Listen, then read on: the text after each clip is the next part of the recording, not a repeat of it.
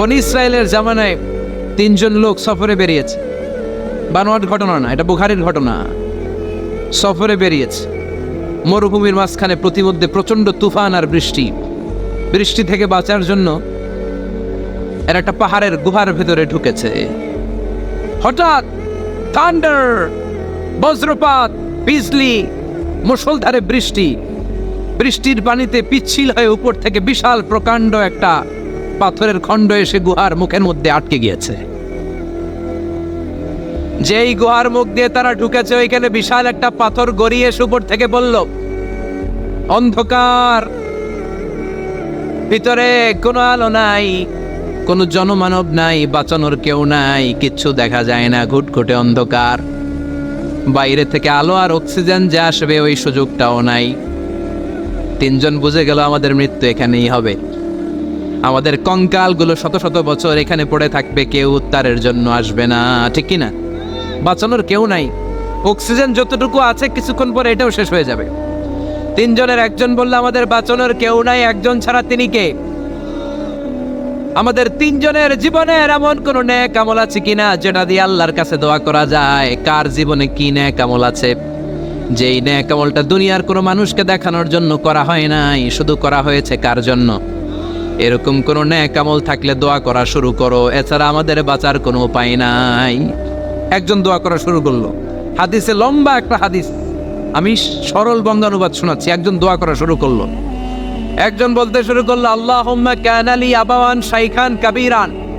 ও আল্লাহ, আমার বৃদ্ধ বৃদ্ধা মা বাবা ছিল, আমি পেশায় ছিলাম রাখাল। প্রতিদিন রাখালগিরি করার পরে, ছাগলের দুধ দহন করার পরে যখন বাসায় ফিরে আসতাম, সবার আগে আমি আমার আব্বা আম্মারে দুধ খাওয়াতাম। আব্বা আম্মাকে দুধ খাওয়ানোর পরে আমার সন্তানদের মুখে, আমার স্ত্রীদের মুখে আমি দুধ তুলে দিতাম। একদিন আমার আসতে দেরি হয়ে গেল, এসে দেখি আব্বা আম্মা ঘুমিয়ে গেছে। দুধের বাটি নিয়ে আমি আব্বা আম্মার মাথার সামনে দাঁড়িয়ে রইলাম। মনে মনে ভাবলাম, আব্বা আম্মা যখন ঘুম থেকে জাগবে, আব্বা আম্মারে আগে আমি দুধ খাওয়াবো, তারপরে ছেলে মেয়েরে খাওয়াবো, স্ত্রীদেরকে খাওয়াবো। দাঁড়িয়ে রইলাম। আমার ছেলে মেয়েরা এসে আমার কাছে বলল, আব্বা খাবার দাও। আমি দেই নাই। ক্ষুধার জ্বালায়, ক্ষুধার যন্ত্রণায় পাগল পাড়া হয়ে আমার কলিজার টুকরা ছেলে মেয়েগুলো আমার পায়ের মধ্যে পড়ে কাঁদতে লাগলো, আব্বা একটু দুধ দাও, ক্ষুধা লেগেছে। ও আল্লাহ, আমি দেই নাই। ফজর পর্যন্ত দাঁড়িয়ে রইলাম। ফজরের সময় যখন আব্বা আম্মা ঘুম থেকে উঠলেন, সবার আগে আব্বা আম্মারে দুধ খাওয়ালাম, তারপরে ছেলে মেয়েদের মুখে তুলে দিলাম। ও আল্লাহ, ও আল্লাহ, ওই দিনে সারা রাতটা আমি দাঁড়িয়ে আব্বা আম্মার জন্য যে দাঁড়িয়েছিলাম, দুনিয়ার কাউরে দেখানোর জন্য নয়, শুধু তোমারে খুশি করার জন্য। ওই রাতের ইবাদতটা যদি তোমার কাছে পছন্দ হয়, তো ফাররিজ আন্না মা নাহনু ফি, আজকে যেই বিপদে আমরা আছি, বিপদ থেকে তুমি বাঁচাও। বলার সাথে সাথে 1/3, 1/3 পাথরটা ডান দিকে সরে গেল। সুবহানাল্লাহ পড়বেন না? এবার বাইরে থেকে আলো আসতে শুরু করেছে, অক্সিজেন ঢুকতে শুরু করেছে, তাদের মনের মধ্যে স্বস্তি ফিরে এসেছে। এবার দ্বিতীয় জন দোয়া শুরু করলো, আল্লাহ, আমার এক চাচাতো বোন ছিল, এত সুন্দরী, আমার জীবনে এত সুন্দরী নারী আমি দেখি নাই, এত সুন্দরী নারী। ওয়া কুনতু উহিব্বুহু বিআশাদ্দি মা ইউহিব্বুর রিজাল আন নিসা, একজন পুরুষ একজন নারীকে যত ভালোবাসতে পারে, আমি ঠিক ততটা ভালোবাসতাম আমার এই সুন্দরী কাজিনকে, চাচাতো বোনকে। কিন্তু আমার মনের কথা আমার চাচাতো বোনরা আমি বোঝাতে পারি নাই। একদিন লজ্জা শরমের মাথা খেয়ে চাচাতো বোনরা আমি বললাম, তোরে আমি বড্ড ভালোবাসি, একান্তে আমি তোরে চাই। চাচাতো বোন বলল, এত এত স্বর্ণ মুদ্রা যেদিন জমাতে পারবা ওই দিন আমারে পাবা। এবার আমি স্বর্ণ মুদ্রা জমাতে লাগলাম। জমাতে জমাতে জমাতে জমাতে বছর শেষে স্বর্ণ মুদ্রার থলে নিয়ে চাচাতো বোনের হাতে দিলাম। চাচাতো বোন আমার অপকর্মে রাজি হয়ে গেল। গোপন একটা রুমের ভেতরে আমরা ঢুকলাম, দুইজনেই জামা কাপড় খুলে নেকেড হলাম। জিনা করব, পাপ কাজ করব, একেবারে ফাইনাল ডেস্টিনেশন আমরা চলে গেলাম। পাপ কাজ যখন আমরা শুরু করব, ইন দা মিন টাইম আমার চাচাতো বোন আমার ডেকে বলে, ও আমার চাচাতো ভাই, ইত্তাকিল্লাহ, ইত্তাকিল্লাহ, আল্লাহরে ভয় কর, আমার সতীত্ব নষ্ট করে দিস না। আল্লাহ ওই মুহূর্ত থেকে ফিরে আসা কোনো পুরুষের পক্ষে সম্ভব ছিল না। ইত্তাকিল্লাহ, এই বাক্যটা শুনে, তোমার আওয়াজ শুনে আমার কলিজার মধ্যে কাঁপুনি ছুটে গিয়েছে। তোমার নাম শুনে আমি আর ধৈর্য ধারণ করতে পারি নাই। চিৎকার মেরে জামা পেড়ে ওই ঘর থেকে বের হয়ে গেলাম। ও আল্লাহ, শুধুমাত্র কেবলমাত্র একমাত্র তোমার ভয়ে ওই দিন আমি আমার চাচাতো বোনের সাথে পাপ কাজে লিপ্ত হই নাই। আল্লাহ রে, ওই দিনের আমলটা যদি তোমার দরবারে কবুল হয়ে থাকে, আজকের বিপদের দিনে তুমি আমাদের বাঁচাও। বলা মাত্রই এই দোয়া আল্লাহর কাছে এত কবুল হয়েছে, কারণ আল্লাহর ভয় এটা পৃথিবীর সবচেয়ে বড় ইবাদত। চিল্লায় বলেন ঠিক কিনা? যাদের হৃদয়ে আছে আল্লাহর ভয়, তারা কবু পথ ভুলে যায় না। আল্লাহর প্রেম ছাড়া এই দুনিয়ায় কারো কাছে কোনো কিছু চায় না। ঠিক কিনা? আল্লাহর ভয় আল্লাহর কাছে সবচেয়ে বড় প্রিয় ইবাদত। আল্লাহর কাছে দোয়াটা এত পছন্দনীয় হয়েছে, মুহূর্তের মধ্যে 2/3 পাথরটা গুহার মুখ থেকে ডান দিকে সরে যায়। 2/3 পাথর এখন সরে গিয়েছে। এবার তারা বেরোতে চেষ্টা করলো, দেখা যায় হাত বেরোয়, কারো পা বেরোয়, মাথা বেরোয়, কিন্তু পুরো বডিটা নিয়ে বেরোয়া যায় না। বাকি আছে কয়জন? কথা কন। এবার 3 নাম্বার লোক দোয়া করতে শুরু করেছে, আল্লাহ ইন্নী ইস্তাজারতু উজারাক ফাদাফাতু সামানাহুম। আল্লাহ, আমি অনেকগুলো শ্রমিক ভাড়া করেছিলাম, তাদেরকে দিয়ে কাজ করিয়ে তাদের ঘাম শুকিয়ে যাওয়ার আগে প্রত্যেকটা শ্রমিকের পারিশ্রমিক আমি দিয়ে দিয়েছি। সবগুলো শ্রমিক আমার কাছ থেকে পারিশ্রমিক বুঝে নিয়েছে, একজন ছাড়া। একজন না নিয়ে চলে গেছে। তার টাকা তারে আমি বুঝাই দিতে পারি নাই। তার রেখে যাওয়ার টাকা দিয়ে আমি কয়েকটা ছাগল কিনলাম। ওই ছাগল পালতে পালতে বাচ্চা দিল, আরো বাচ্চা দিল, দিতে দিতে বিশাল ছাগলের ডেইরি ফার্ম বানালাম। 1 যুগ পরে ওই শ্রমিক এসে বলে, এ আমার মালিক, 12 বছর আগে তোমার কাছে কাজ করেছিলাম, টাকা কিন্তু নেই নাই, টাকা দাও। আমি বললাম, ওই যে বিশাল ছাগলের বড় একটা ডেইরি ফার্ম দেখা যায়, পুরো ডেইরি ফার্ম তোমার, ডেইরি ফার্মটা তুমি নিয়ে যাও। শ্রমিক আমারে বলতে লাগলো, তাস্তাজিউ মিন্নি, আমার সাথে ঠাট্টা করো নাকি? একদিনের পারিশ্রমিক দিয়ে ডেইরি ফার্ম হয় নাকি? যতটুকু টাকা তোমার কাছে আমি 12 বছর আগে পেতাম, ততটুকু দিলেই চলবে। তারে আমি বুঝিয়ে বললাম, তোর টাকা দিয়ে ছাগল কিনেছি, ছাগলের ব্যবসা করে ডেইরি ফার্ম বানিয়েছি, একটার পর একটা ছাগল বাচ্চা দিতে দিতে আজকে হাজার হাজার ছাগলের এই ডেইরি ফার্ম, পুরো ডেইরি ফার্মটা আমি তোরে দিয়ে দিলাম। বলা মাত্র ওই শ্রমিকটা ডেইরি ফার্ম নিয়ে চলে গেল।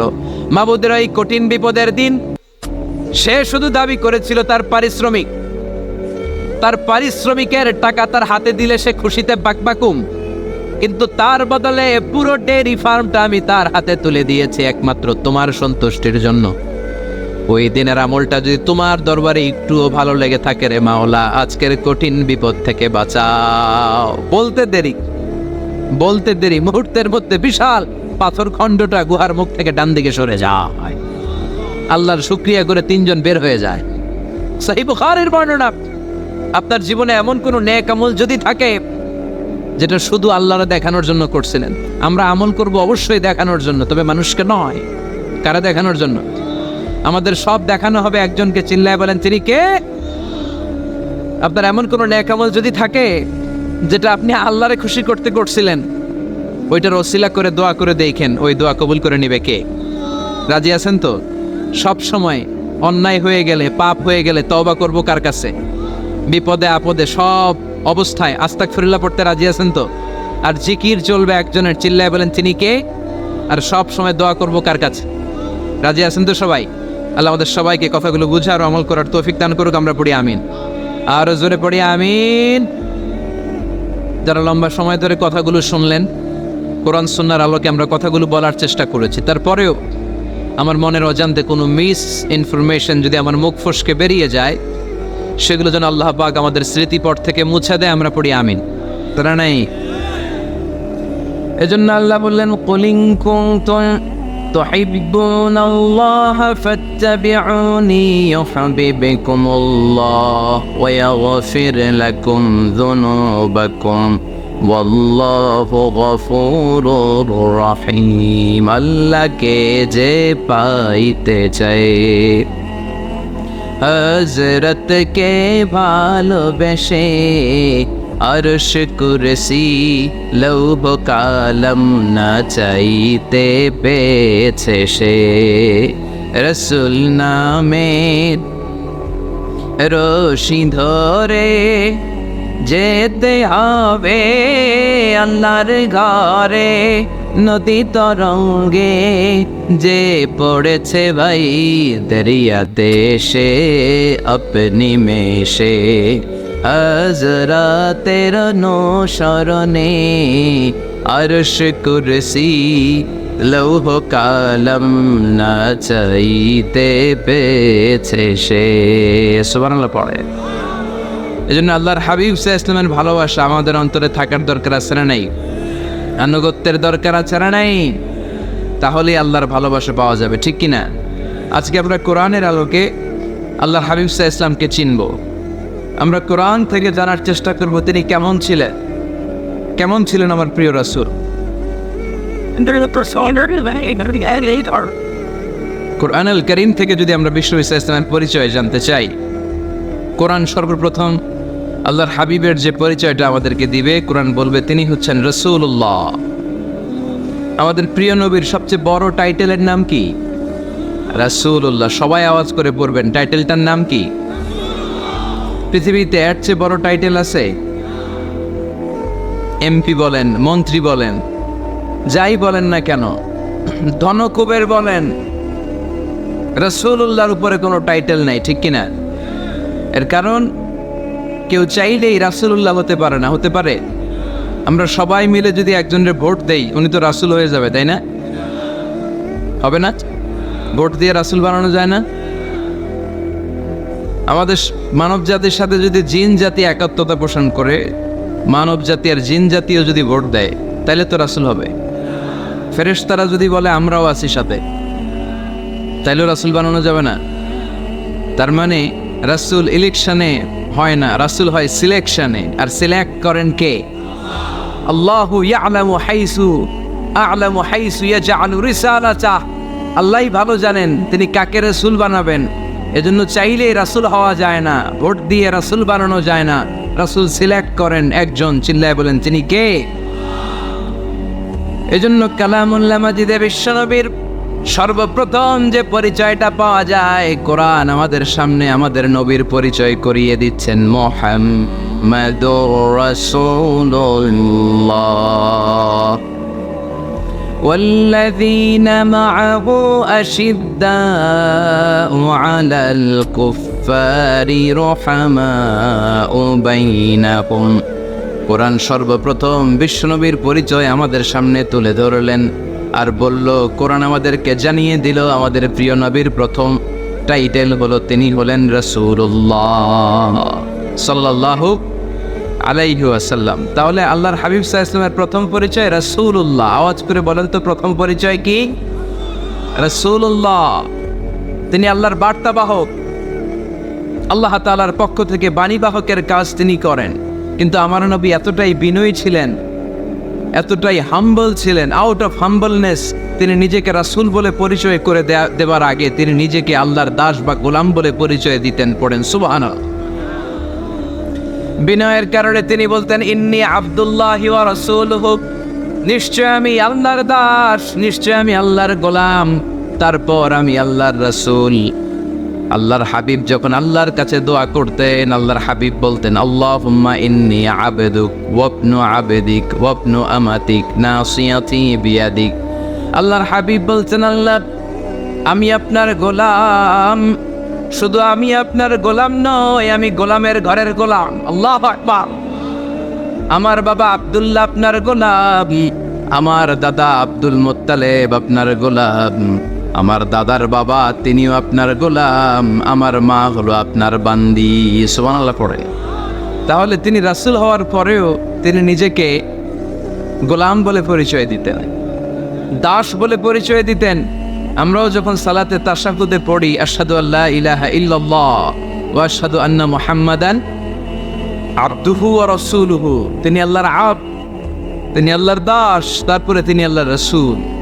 বিনয়ের কারণে আল্লাহর হাবিব সাল্লাল্লাহু আলাইহি ওয়াসাল্লাম পরে রাসূল হিসেবে পরিচয়টা পেশ করতেন। আগে বলতেন আমি আল্লাহর গোলাম, আমি আল্লাহ। তিনি দোয়া করতেন, আল্লাহ আমি আপনার গোলাম, গোলামের ঘরের গোলাম, বান্দির ঘরের গোলাম। আল্লাহ আমার মাথার চুলের ছুটি আপনার হাতের মুঠোয়, আপনি যেদিকে টান দিবেন আমি ওদিকে যেতে বাধ্য। আপনি টানে টানলে আমি ডানে যাই, আপনি বায়ে টানলে আমি বায়ে যাই, যেখানে নেবেন আমি ওখানেই যেতে বাধ্য, ঠিক কি না? আউট অফ হাম্বলনেস, বিনয়ের কারণে। কি বিনয়ী ছিলেন বিষ্ণু ঈসা ইসলাম, তিনি আল্লাহ রসুল, তারপরেও তিনি পরিচয় দিতেন আল্লাহ আমি আপনার গোলাম। আওয়াজ করে পড়েন সুবহানাল্লাহ। তাহলে প্রথম যে পরিচয় কোরআন আমাদেরকে দিল সেটা হচ্ছে আমাদের প্রিয় নবী ছিলেন রাসূলুল্লাহ। আওয়াজ করে বলেন পরিচয়টা কি? এর চেয়ে বড় পরিচয় হতে পারে? হতে পারে? দ্বিতীয় পর্যায়ে কোরআন আমাদেরকে জানাচ্ছে যে তিনি শুধু রাসূলুল্লাহই নয়, তিনি শুধু আল্লাহর রাসূলই নন, তিনি হচ্ছেন শেষ রাসূল, তিনি হচ্ছেন শেষ নবী, তিনি খাতামুন নবিয়্যিন। ওনার পরে আর কোন নবী আসবে? চিল্লায় বলেন। এই হায়দারগঞ্জের একজন যদি ঘোষণা দেয় আমি নবী, কি করবেন? ওই একজনকে মায়ের কারে গয়, হ্যাঁ কি করবেন আপনারা? কি করবা? মায়ের আইজো মায়ের কাইলো মায়ের, মায়ের উপরে ওষুধ নাই, ঠিক কিনা?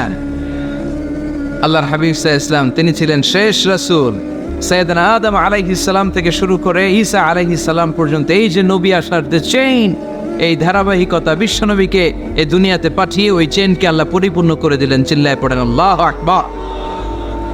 এজন্য কোরআন আমাদেরকে বলে মা কানা মুহাম্মাদুন আবা আহাদিম মির রিজালিকুম ওয়ালাকিন রাসূলুল্লাহি ওয়া খাতামান নাবিয়্যিন।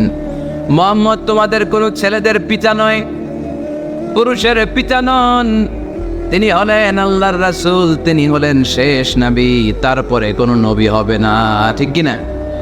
এজন্য আল্লাহর হাবিব বলতেন লা নবিয়্যা বা'দি, আমার পরে কোনো নবী নাই, ওয়ালা রাসূলা, আমার পরে কোনো রাসূলও নাই। তবে লাউ কানা বা'দি নবিয়্যুন লাকানা উমর, তবে আমার পরে যদি নবী হওয়ার যোগ্যতা কারো মধ্যে থাকে, আমার কলিজার টুকরা সাহাবা ওমরের সেই যোগ্যতা আছে। প্রভু তুমি বলেছ রাসূল দেবে না, বলনি দেবে না বলনি দেবে না হামজা তারি, খালিদ বিজয় সমর। প্রভু তুমি বলেছ রাসূল দেবে না, বলনি দেবে না বলনি দেবে না হামজা তারি, খালিদ বিজয় সমর। প্রভু তুমি বলেছ রাসূল দেবে না, ঠিক কি না? আল্লাহর হাবিব বললেন আমার পরে কোনো নবী নেই, আমার পরে কোনো রাসূল নাই, তবে আমার পরে যদি নবী হওয়ার যোগ্যতা কারো থাকে, ওমরের সেই যোগ্যতা আছে। সুবহানাল্লাহ বলেন। আল্লাহর হাবিব সাল্লাল্লাহু আলাইহি ওয়াসাল্লামের জামানায় এক লোক নবুয়তি দাবি করেছিল, ওর নাম ছিল মুসাইলামা। নাম কি ছিল? নাম শুনছেন না আপনারা? এসে নবুয়তির দাবি করে বলে ইয়া মুহাম্মদ আন-নবুওয়াতু নিসফুন লাকা ওয়া নিসফুন লি, নবুয়ত তোমার অর্ধেক আমার অর্ধেক, আমার অর্ধেকটা আমারে বুঝায় দাও। নাউজুবিল্লাহ পড়বেন না? আল্লাহর হাবিব বললেন কি নাম তোর? এই বেয়াদবটা বলল আমার নাম মুসাইলামা। আল্লাহর হাবিব বললেন আজ থেকে তুই শুধু মুসাইলামা নয়, আজ থেকে তুই মুসাইলামাতুল কাযযাব, মিথ্যাবাদী ভণ্ড মুসাইলামা, ঠিক কি না? এই বেয়াদবটা বিশ্বনবীকে কপি করত, আমার নবী যেমন যেমন করতেন ও তেমন তেমন করত। আল্লাহর হাবিব সাল্লাল্লাহু আলাইহি ওয়াসাল্লাম মদিনার নবজাতক শিশুদের মাথায় হাত বুলিয়ে দিলে বাচ্চাদের মাথার চুল বড় হয়ে যেত। এই বেয়াদবটাও কপি করে অনুকরণ করে তার এলাকায় নবজাতক বাচ্চাদের মাথায় হাত বুলিয়ে দিত, কিন্তু চুল বড় হওয়া তো দূরের কথা, যেই বাচ্চার মাথার তালুর মধ্যে এই বেয়াদবের হাত লাগছে ওই বাচ্চাগুলোর মাথা আজীবন ছিল টাক মাথা, কোনো চুলই গজায় নাই। আল্লাহর হাবিব সাল্লাল্লাহু আলাইহি ওয়াসাল্লাম লোনা পানির কুয়ার ভেতরে কুলি করে ফেলে দিলে ওই কুয়ার পানি মিঠা পানির কুয়ায় পরিণত হয়ে যেত, আর এই বেয়াদব মিঠা পানির কুয়ার মধ্যে কুলি ফেললে ওটা লোনা পানির কুয়া হয়ে যেত। আল্লাহর হাবিব সাল্লাল্লাহু আলাইহি ওয়াসাল্লাম দোয়া পড়ে গাছের মধ্যে ফু দিলে গাছের ফলনে বাম্পার ফলন হতো, আর এই বেয়াদব কোনো গাছের মধ্যে ধরলে মুহূর্তের মধ্যে ওই গাছ মরে যেত। তার মানে নবীর সাথে বেয়াদবি করেছে, ঠিক কিনা? আল্লাহর হাবিব সাল্লাল্লাহু আলাইহি ওয়াসাল্লামের পরে আর কোনো নবী আছে? মির্জা গোলাম আহমদ কাদিয়ানী নাম শুনছেন? শোনেন নাই? কে কে হাত তোলেন তো? সবাই শুনছেন? এই বেয়াদবটাও কাদিয়ান এলাকার লোক, সেও নবুয়তের দাবি করেছিল, কিন্তু তার পরিণাম ভালো হয় নাই, ঠিক কিনা? নবীরা পবিত্র, নবীরা যেই জায়গাটায় মারা যায় ওই জায়গাটাও পবিত্র, কিন্তু এই বেয়াদবটা মারা গেছে টয়লেটের ভেতরে। টয়লেটের টাঙ্কি ভেঙে পায়খানার গোডাউনের ভেতরে পড়ছে। পায়খানা খাইতে খাইতে পেটটা হয়ে গেছে এত বড়। ম্যাথর এনে শিকল দিয়ে বেঁধে টেনে হিচড়ে একে উপরে উঠানো লাগছে। এগুলো প্রমাণ করে আল্লাহর হাবিব সাল্লাল্লাহু আলাইহি ইসলামের পরে কেউ যদি নবুয়তির দাবি করে তার পরিণাম ভালো হয় না। চিল্লায় বলেন ঠিক কিনা? এজন্য সহিহ মুসলিমের বর্ণনা, আল্লাহর নবী বললেন, মাসালি ওয়া মাসালুল আমবিয়াই মিন ক্বাবলি কামাসালি রাজুলিন বানা বাইতান। আমার দৃষ্টান্ত আর আমার আগের নবীদের দৃষ্টান্ত ওই ব্যক্তির মতো যেই ব্যক্তি একটা ঘর বানিয়েছে। কি বানিয়েছে? খেয়াল করে শুনবেন। আল্লাহর হাবিব বললেন, আমার দৃষ্টান্ত আর আগের সব নবীদের দৃষ্টান্ত হচ্ছে ওই ব্যক্তির মতো যে ব্যক্তি একটা ঘর বানিয়েছে, যেই ঘরটা অনেক সুন্দর করে সে ডিজাইন করেছে। ঘরের ডানে বায়ে উপরে নিচে সামনে পেছনে এত সুন্দর ডিজাইন, নিখুঁত, খুব ধরার মতো কোনো জায়গা নেই। লোকজন এসে যারাই ঘরটা দেখে সবাই বলে বাহ বাহ, কি বলে, এত সুন্দর ঘর আমরা দেখি নাই। তবে একটা জায়গায় একটা ভুল ছিল, একটা জায়গায় একটা খুঁত ছিল। ঘরের একটা ওয়ালে ইটের গাঁথুনির জায়গাটাতে এক জায়গায় একটা ইটা কম ছিল। কি কম ছিল? ইটা কম ছিল। সবাই বললো তোমার ঘরটা অনেক সুন্দর, এক জায়গায় একটু সমস্যা, দেয়ালের গাঁথুনিতে একটা ইটা নাই। বিশ্বনবী সাল্লাল্লাহু আলাইহি সাল্লাম বলেন, ফা আনাল লাবিনা ওয়া আনা খাতামুন নাবিয়িন। আমি হচ্ছি সেই ইটা, আমাকে যখন আল্লাহ তাআলা ওই জায়গায় গ্যাপ পূরণের জন্য রেখে দিল, গোটা বিশ্বটা উজালা হয়ে গেল, নবুয়তের মালাটা পরিপূর্ণ হয়ে গেল। ফা আনাল লাবিনা ওয়া আনা খাতামুন নাবিয়িন। আমি হলাম সেই ইটা, আমাকে যখন আল্লাহ তাআলা দুনিয়ায় পাঠালেন, গোটা দুনিয়াটারে আলোকিত করে দিল কে? এরা হতে হেলে দুলে নুরানি তনু ওকে আসে হায়, সারা দুনিয়ার হেরে মেরে পর্দা খুলে খুলে চাই, সে যে আমার কমলিওয়ালা কমলিওয়ালা, সে যে আমার কমলিওয়ালা কমলিওয়ালা। তার বাবে বিবল রাঙ্গা পায়ের তলে, পর্বত জঙ্গল টল মল টলে, খুরমা খেজুর বাদাম জাফরানি ফুল ছড়ে ছড়ে যায়, সে যে আমার কমলিওয়ালা কমলিওয়ালা। সুবহানাল্লাহ পড়েন। এজন্য আল্লাহর হাবিব বলতেন, আমি শেষ নবী, আমি শেষ রাসূল, আমার পরে কোনো রাসূল নাই, আমি হলাম খাতামুন নাবিয়িন। সুবহানাল্লাহ পড়েন। তাহলে কোরআন সর্বপ্রথম আল্লাহর হাবিবের যে পরিচয়টা দিল সেটা হচ্ছে আল্লাহর হাবিব হচ্ছেন রাসূলুল্লাহ। আওয়াজ করে বলেন তো তিনি কি ছিলেন? আল্লাহ রাসূল ছিলেন। দ্বিতীয় যে পরিচয়টা কোরআন আমাদেরকে দেয় সেটা হচ্ছে তিনি যেন তেন রাসূল নন, তিনি হচ্ছেন শেষ রাসূল, শেষ নবী, খাতামুন নাবিয়িন। তার মানে আমার নবীর পরে আর কোনো নবী পৃথিবীতে আসবে। 3 নাম্বার কোরআন যে পরিচয়টা আল্লাহর হাবিবের আমাদের সামনে তুলে ধরেছে সেটা হচ্ছে তিনি রাসূল ছিলেন, শেষ রাসূল ছিলেন, তবে তিনি মানুষ ছিলেন। তিনি কি ছিলেন? আওয়াজ করে বলেন। আমার নবী কি জিন ছিল? ফেরেশতা ছিল না? কি ছিল? আওয়াজ করে বলেন, কি ছিল? তিনি মানুষ ছিলেন, তবে যেন তেন মানুষ নন, অসাধারণ মানুষ। কেমন মানুষ? তিনি মানব, সাধারণ মানব নন, তিনি মহামানব, তিনি নবী। তিনি যেন তেন নবী ছিলেন না, তিনি মহানবী। ঠিক কিনা? আপনারা উঠতেছেন কেন? উঠলেন কেন আপনারা? প্যান্ডেলে গরম। কয় ঘন্টা ধরে বসে আছেন শুনি? 12টা থেকে আর অল্প কয়েক মিনিট। দিনের 12টা থেকে। আল্লাহু আকবার, আল্লাহু আকবার। দাঁড় করে বসাই দিব? হুজুর কি বলেন? দাঁড়াতে চান? একটু দাঁড়াতে চান? দাঁড়া। তাকবীর পড়েন, লিল্লাহে তাকবীর, লিল্লাহে তাকবীর, লিল্লাহে তাকবীর। আওয়াজ হয় নাই। এই যে আমার হাতের মতো মুষ্টিবদ্ধ হাত হচ্ছে শক্তির প্রতীক। ডান হাতটা এরকম মুষ্টিবদ্ধ করেন আর আওয়াজ করে পড়েন, লিল্লাহে তাকবীর, লিল্লাহে তাকবীর, লিল্লাহে তাকবীর। মাশাআল্লাহ, তাবারাকাল্লাহ। এবার বসেন, বসেন, বসেন। বসেনও বলা যায় না, বসেন বললে আবার সবাই শুরু করে বসেন বসেন। বসে যান, বসে পড়ুন, বসে পড়ুন, বসে পড়েন। এবার জড়তা কেটে গেছে না? কেটে গেছে? ঘুম আছে আর ঘুম নাই? মাশাআল্লাহ। পিছনের ভাইরা বসেন, বসেন। অনেকে বলে ইউসুফ আলাইহিস সালাম নবীদের মধ্যে সবচাইতে সুন্দর নবী ছিলেন, বলে না অনেকে? শোনেন নাই আপনারা? এটা ঠিক, উনি অনেক সুন্দর ছিলেন, কিন্তু আমার নবীর চাইতে বেশি সুন্দর।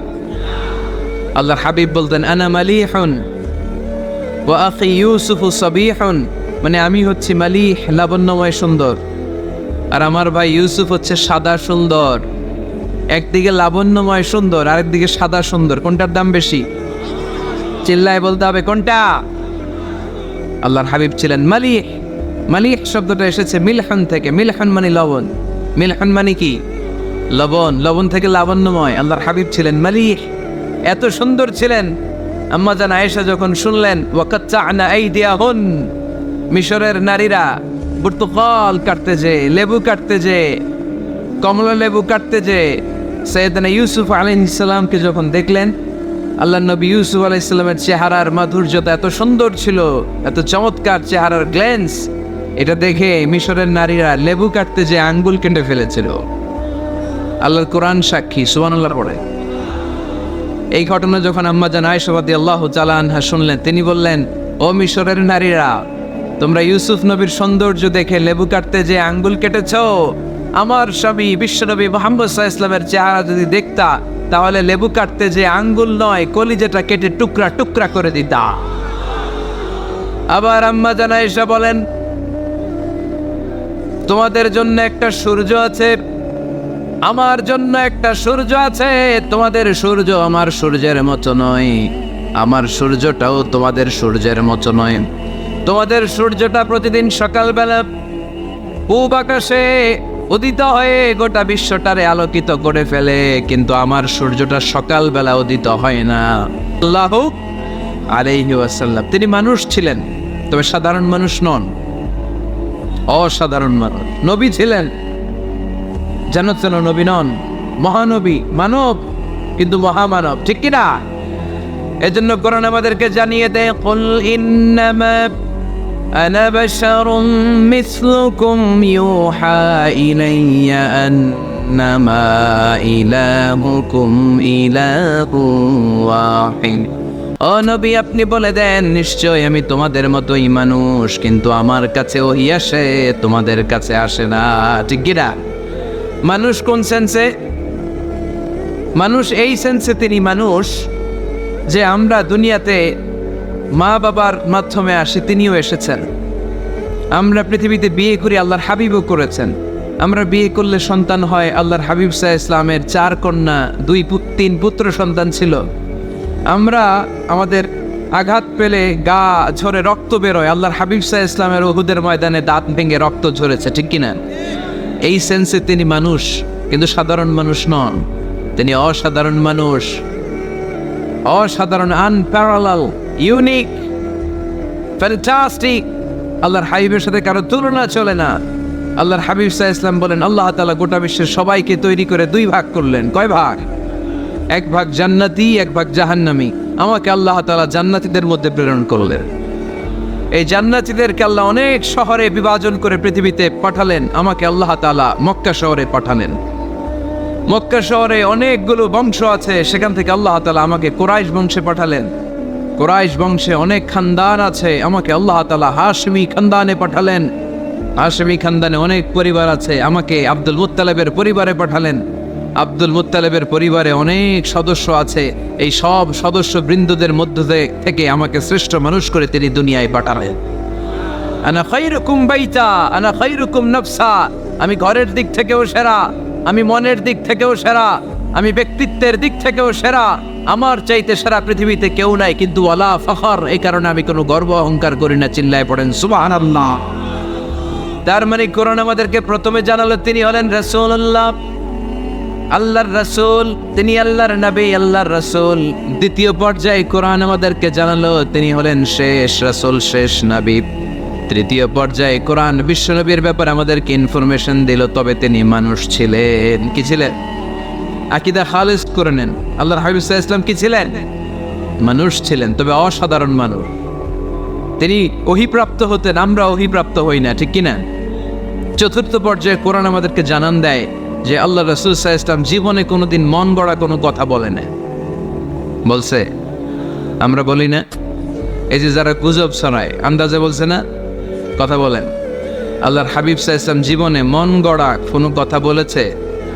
মন মস্তিষ্ক প্রসূত কিছু বলেছে? মন যা চায় তা তিনি বলেন না। মন গড়া বলেন না, because he was guided by ওয়াহি, he was guided by the revelation. তিনি ওহী দ্বারা গাইডেড, ওহী তাকে ওনাকে পথ দেখায়।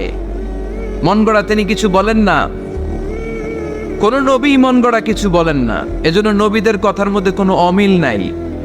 এমনকি কখনো হয়েছে এক নবী এসে বলেছে পৃথিবীতে যে আল্লাহ একজন, আরেক নবী এসে বলছে না 2-3 জনও হতে পারে? বলেছে?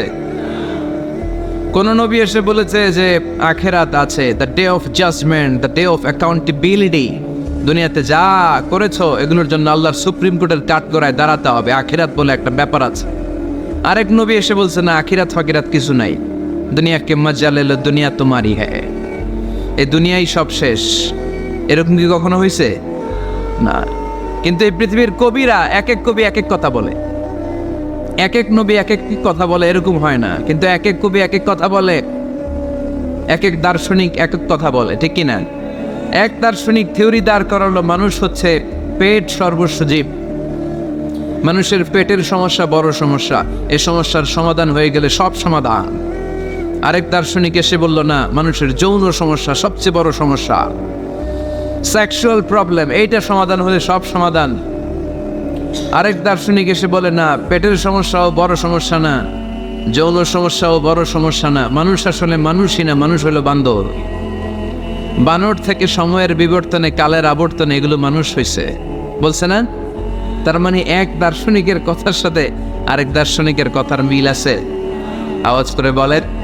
কিন্তু পৃথিবীর একজন নবীর সাথে আরেকজন নবীর কথার কোনো অমিল খুঁজে পাওয়া যায় না, চিল্লায় বলেন ঠিক কি না? এজন্য আল্লাহ বললেন আমার নবী মন গড়া কিছু বলে না। ওমা ইয়ানতিকু আনিল হাওয়া ইন হুয়া ইল্লা ওয়াহিয়ুন ইউহা। আমার হাবিব মন গড়া কোনো কথা তোমাদেরকে কখনো শোনায় না, তিনি যা তোমাদেরকে শোনায় ওহী থেকে শোনায়। সুবহানাল্লাহ পড়ে, যা আসে তাই তিনি বলেন, মন গড়া কিছু বলেন না।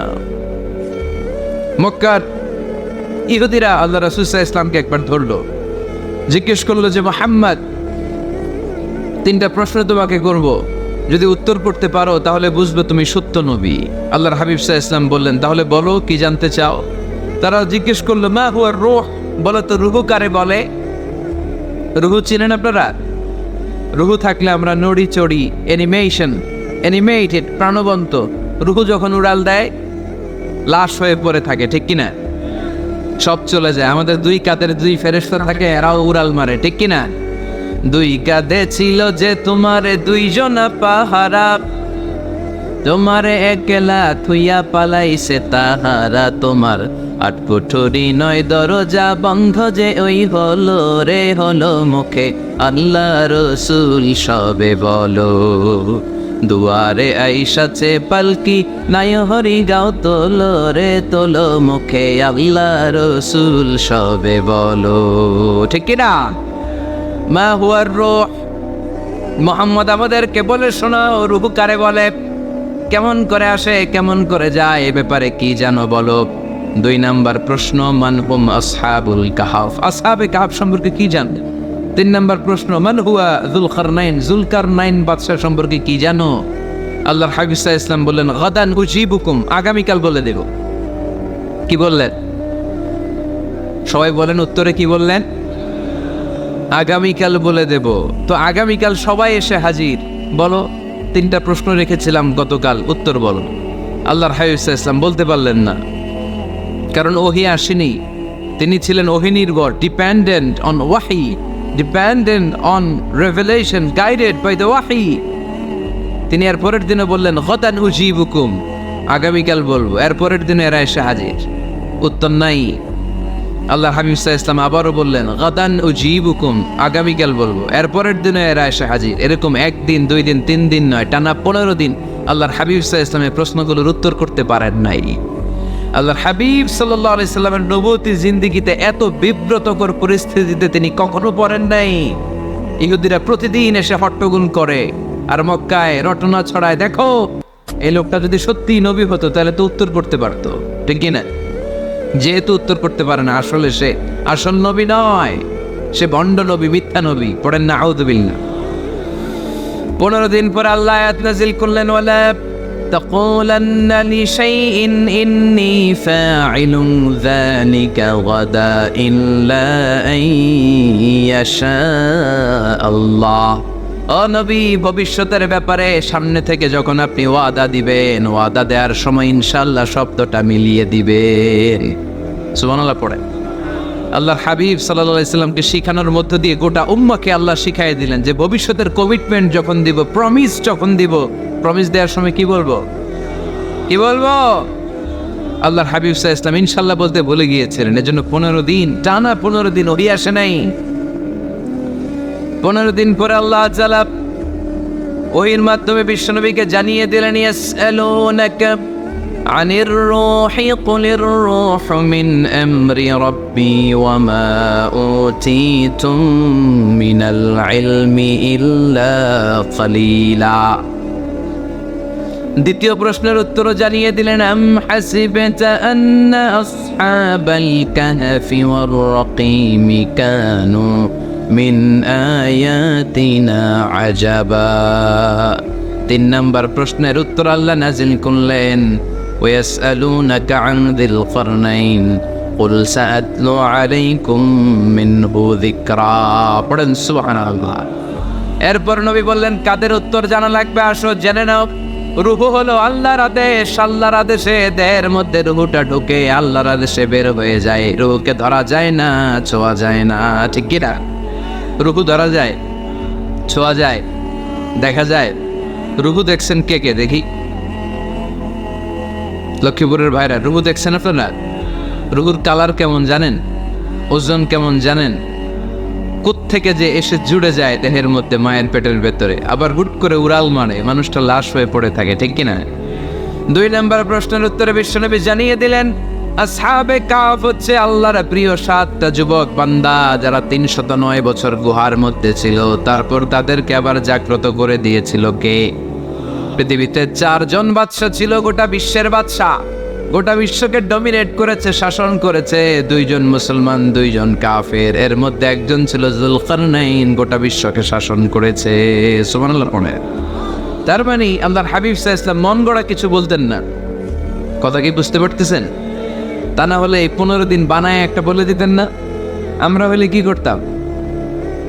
একটা প্রশ্ন করছে কেউ, কি করতাম আমরা?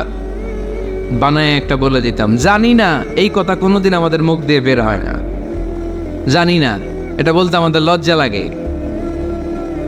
কিন্তু ক্লাসিক স্কলাররা, আল উলামা আল মুতাকাদ্দিমিন, যারা হাজারো প্রশ্নের উত্তরে বলতেন, আনা লা আ'লাম আল্লাহু আ'লাম, আমি কিচ্ছু জানি না। কি জানি? আমি কিছুই জানি না। জানি না এটা বলতে আমরা জানি না, এটা বলতে শিখুন। জানি না, কিছুই জানি না আমি। জানে কে? সবচেয়ে বেশি জানে কে?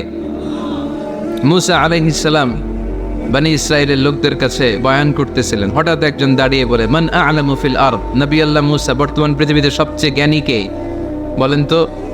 মুসা আলাইহিস সালাম বললেন, আনা, আমি। কি বললে? আমি সবচেয়ে জ্ঞানী।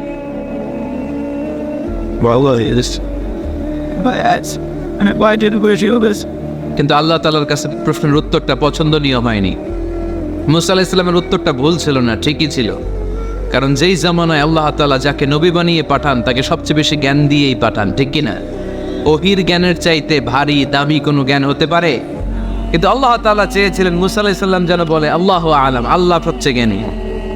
আল্লাহ বললেন, মুসা তুমি ঠিক বলনি, তুমি সবচেয়ে বড় জ্ঞানী না, তোমার চেয়েও বড় জ্ঞানী এই তল্লাটে আছে। ইযহাব ইলা মাজমাইল বাহরাইন, 2 সাগরের মিলনস্থলে যাও, ওখানে আমার একজন বান্দা আছে, ইসমুহু খাদির, এর নাম হচ্ছে খাদির। কি নাম? আমরা যারে বাংলায় কি বলি? খিজির। আসলে খাদির, তার কাছে যাও, তোমার চাইতেও জ্ঞানী। অনেক লম্বা চূড়া ঘটনা। তাহলে জান্নেওয়ালার উপরও জান্নেওয়ালা আছে, জ্ঞানীর উপরও জ্ঞানী আছে, সবচাইতে বড় জ্ঞানী মহাজ্ঞানী একজন, চিল্লায় বলেন তিনি কে? তাহলে 4 নাম্বার, চতুর্থ পর্যায়ে কোরআন আমাদেরকে যেটা জানালো যে আল্লাহর হাবিব সাল্লাল্লাহু আলাইহি ওয়াসাল্লাম মন গড়া কথা কোনোদিন কখনো বলেন নাই।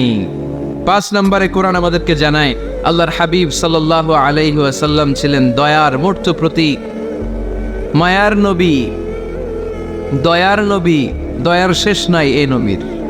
সব নবীকে আল্লাহ তাআলা একটা স্পেশাল দোয়া করার সুযোগ দিয়েছিলেন, এটাকে বলে দাওয়া মুস্তাজাবা। সব নবীকে আল্লাহ বললেন, নবীরা তোমাদের প্রত্যেককে একটা করে দোয়া করার সুযোগ দিব, করো, করা মাত্রই কবুল। সব নবীরা এই সুযোগ পেয়ে দোয়া করা শুরু করে দিল, আর আল্লাহ কবুল করে নিলেন। একজন নবী ওই দোয়াটা করেন নাই।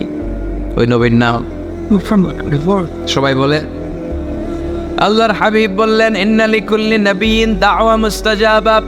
সব নবীকে আল্লাহ তাআলা একটা করে দোয়া করার সুযোগ দিলেন, দাও বিহা। ওই দোয়াটা সব নবীরা দুনিয়ার বুকেই করে ফেলেছে। ওয়া ইন্নী আখতাবিউ দাওয়াতি শাফাআতান লি উম্মতি ইয়াউমাল কিয়ামাহ।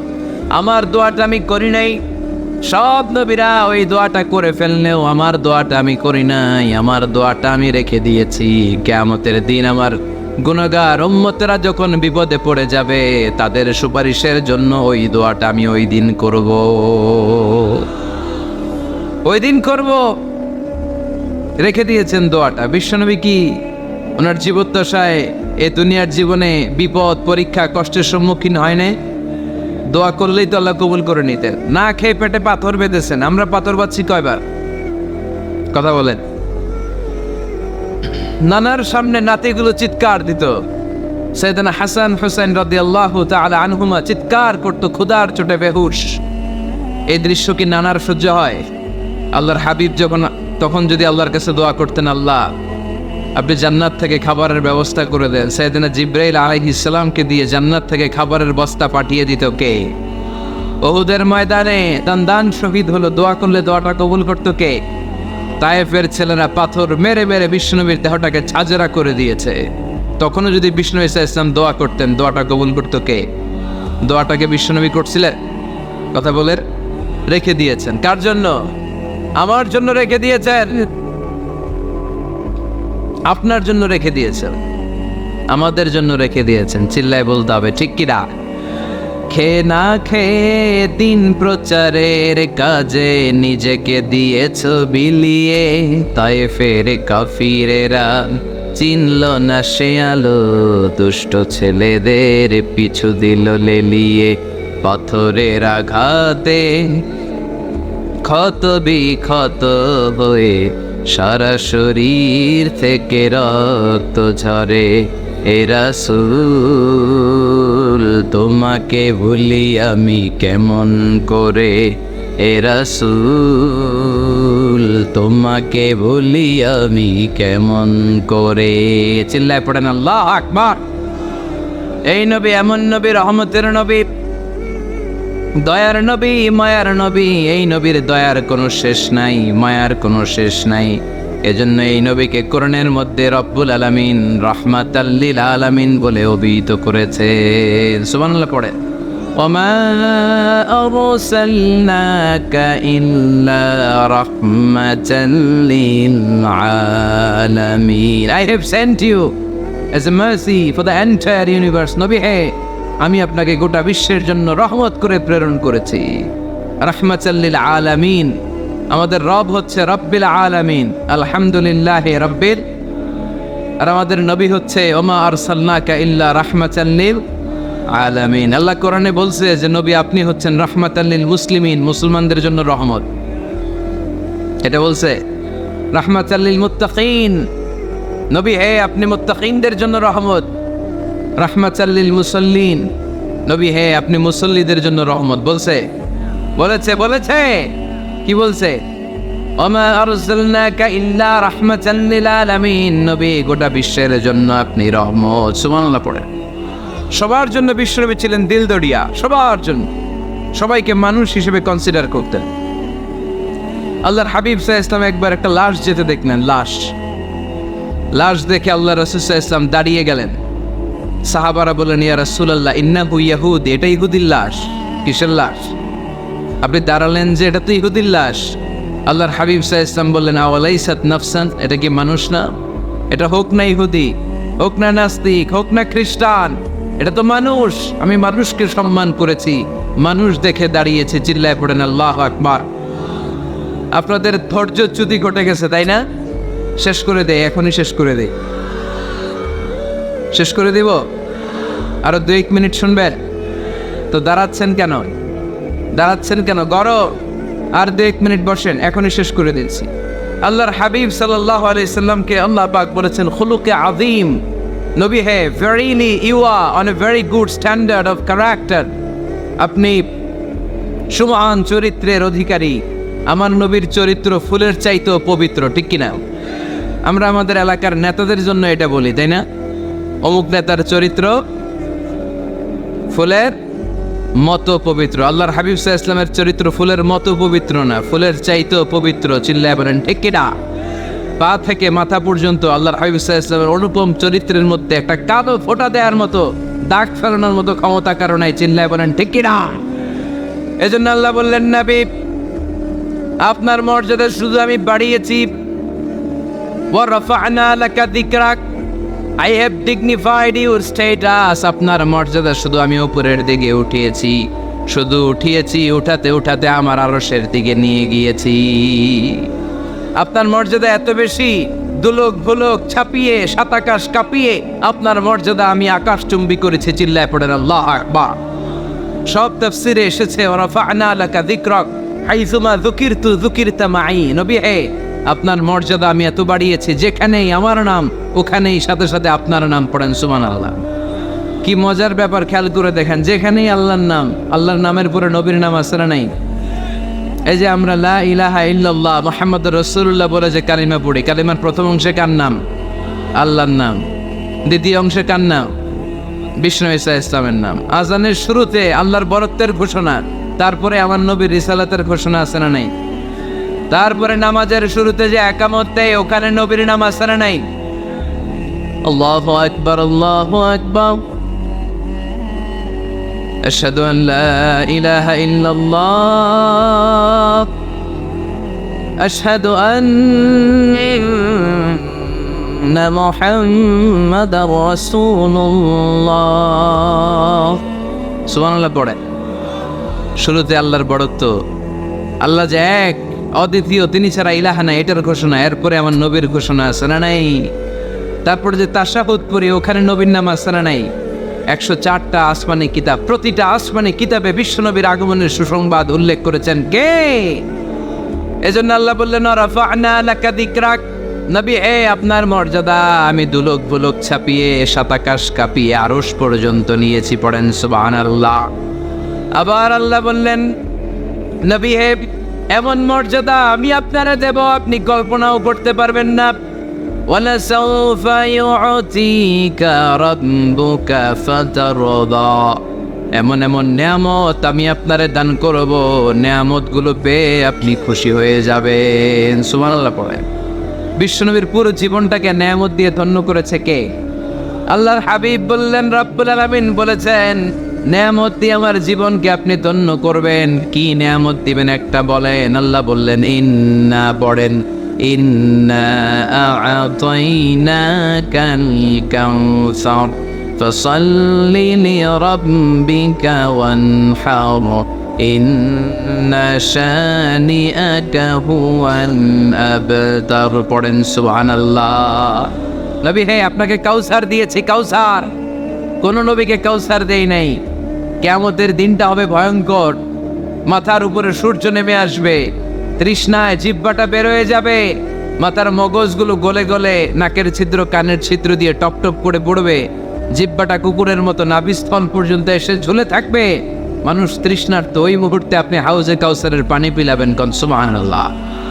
আহলা মিনাল আসাল, মধুর চাইতো মিষ্টি। আবিয়াদু মিনাল লাবান, দুধের চাইতো সাদা। আবরাদু মিনাস সালজ, বরফের চাইতো ঠান্ডা।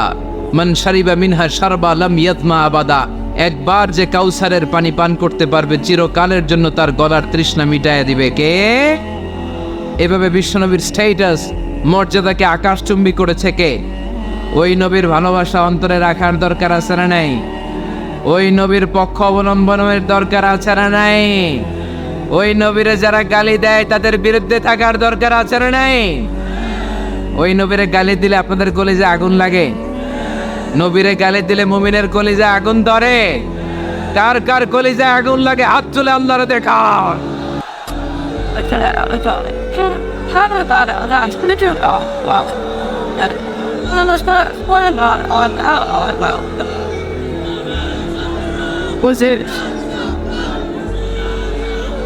নবীর ভালোবাসার প্রতি আমাদের এই আবেগ, এই উচ্ছ্বাস, এই ভালোবাসাকে আল্লাহ কবুল করে নেক। আমরা পড়ি আমিন।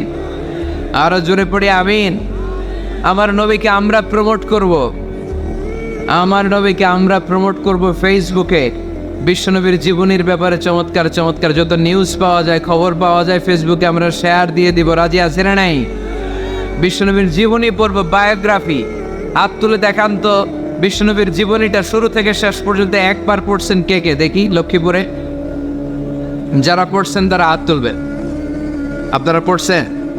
মাশাআল্লাহ, আল্লাহ কবুল করো। যারা পড়তে পারেন আল্লাহ তাদেরকে পড়ার তৌফিক দান করেন।